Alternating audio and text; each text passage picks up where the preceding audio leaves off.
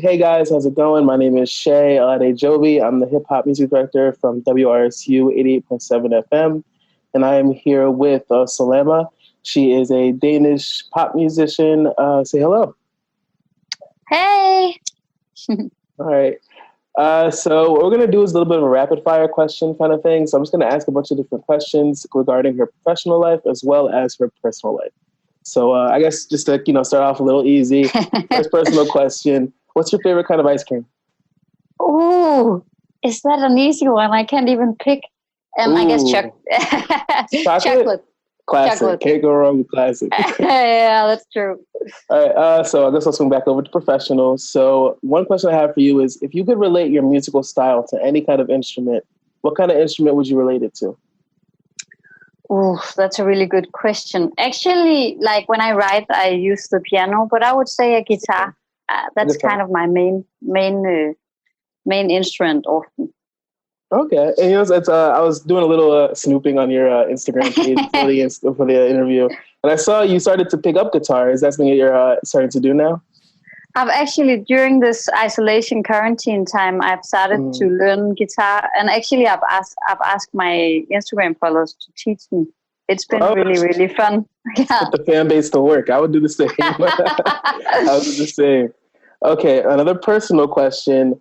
If you could, and this is a little bit of a broad one, so this one might be a little bit harder to answer, but if you could say, what was one moment that kind of like shifted your whole life, in a different direction, like maybe before you were doing music, this kind of moment shifted you more towards music, or, anything of that kind of nature, like a big shift? Actually, I wasn't really living for music.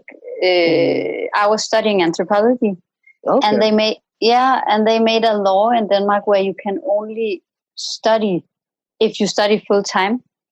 So I was kind of forced to actually I was just being signed at that moment, but I was still in, like, what do you call it, university.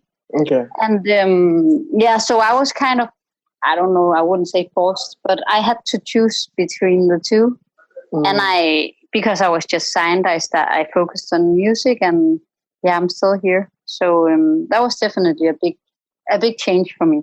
For sure. Definitely going from anthropology to music full time. But it was definitely a decision that was made with the best intention and the best, best result. yeah, it was. I'm happy I did it. That's good. I have one more question for you. Well, not one more, but another one for professional, because that kind of ended up being a professional question. What trait do you feel like you bring into pop as Soleima? Like, what does Soleima bring specifically to pop that's unique to you? That's always a good question, I think. So I think one thing there's especially like significant about my music, and especially about the album I just released, Powerslide, is that it's an hybrid, I would call it. It's very like merging different genres. One time a producer I work with a lot called it garage pop. And I kind of garage pop. Is that how you say it? Yeah. So, and I kind of like that definition, like this idea of there being no rules and just being able to kind of, play around with whatever you like. Yeah, it's like a bit more of like a raw form of pop.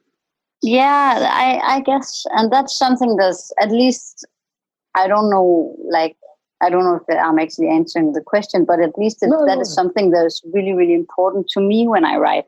Mm-hmm.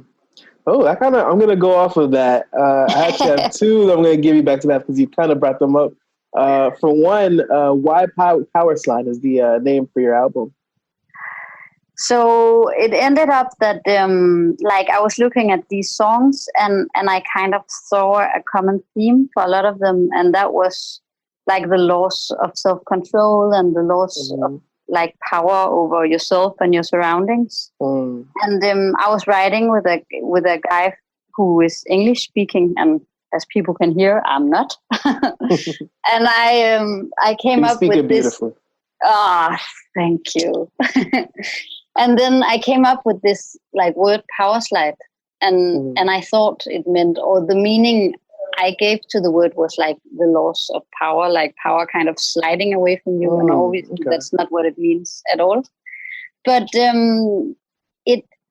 I thought it was still like very much embracing the theme of the album. And even though people might not like think of that when they hear the title, then because it was important to me and because I associated with what I do, I ended up calling it Powerslide. And also I think like it's also connected to, you know, the act of power sliding, like a car power sliding or something. It's also about losing control somehow, I would say.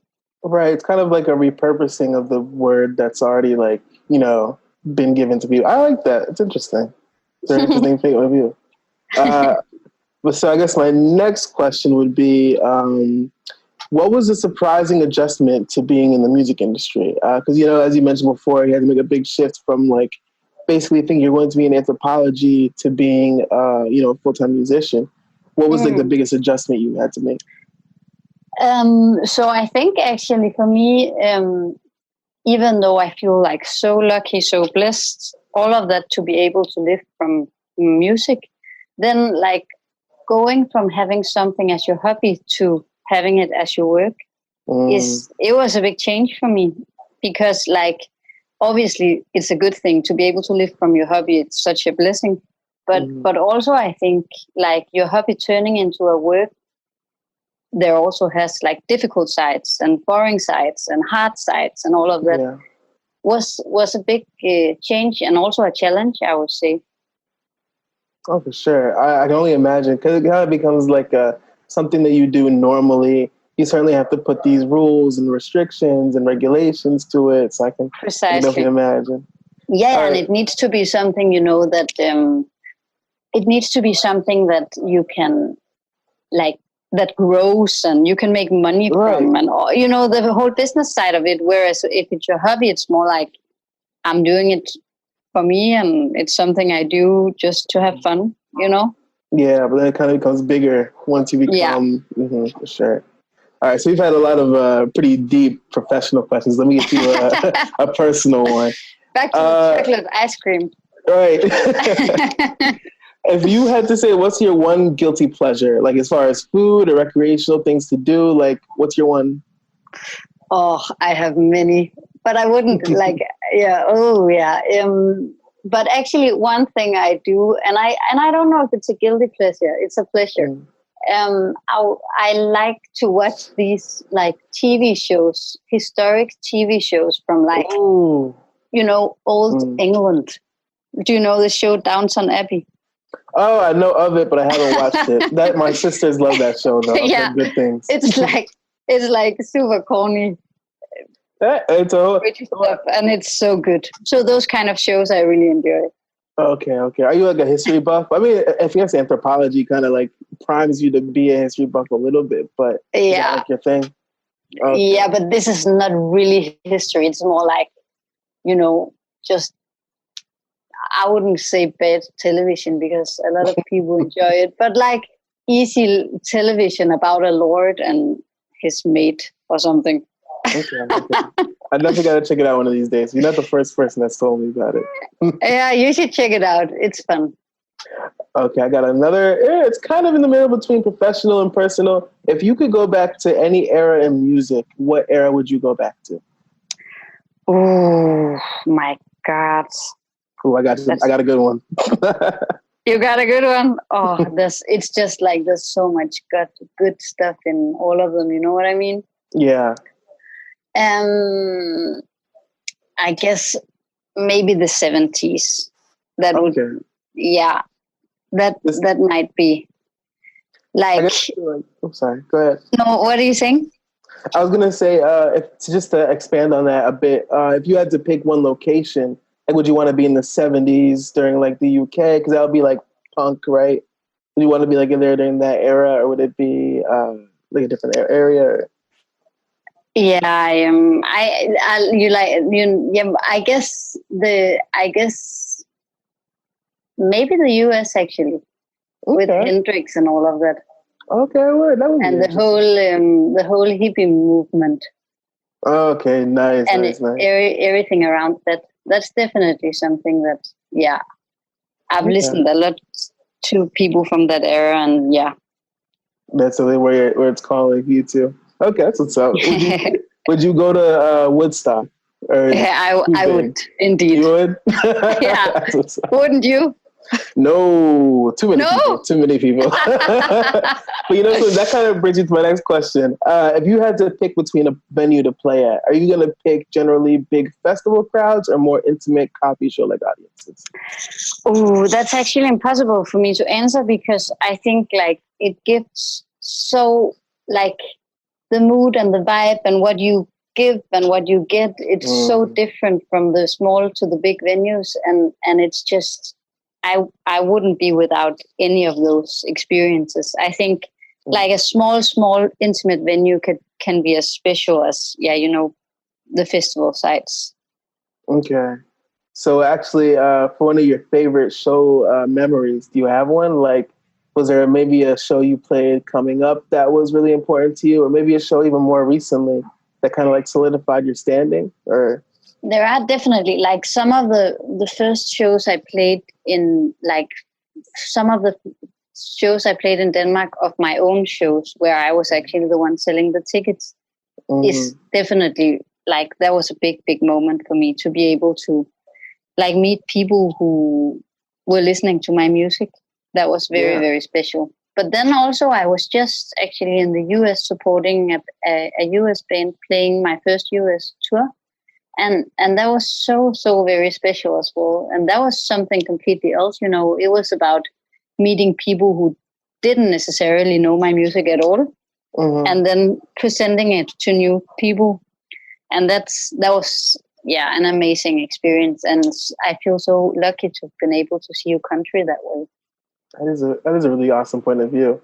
All right, so I got one last question for you before we go. What kind of music have you been making during the quarantine? Ooh, actually, I've been making a lot of music. Like that of course is kind of the only thing I can do right now. So maybe it's not a big surprise, but I've been writing a lot on my own, which is really, really awesome. Like, and I guess it's very like classic songwriting right now. I'm sitting a lot with the piano and like just starting from scratch, writing like song in the old-fashioned way, I would say. I really enjoy that. Roots. Precisely. That's cool. So I guess the fans have something to look forward to in the coming months. Yeah. And I guess like coming out of this Corona thing, I think we're going to get a lot of albums. We're going to be looking forward to it. Well, amazing. Thank you so much for coming in for this interview, Soleima. I appreciate it so much. Of course. Thank you for having me. No problem. This was Aldejobi with WRSU 88.7 FM. Thank you guys for listening.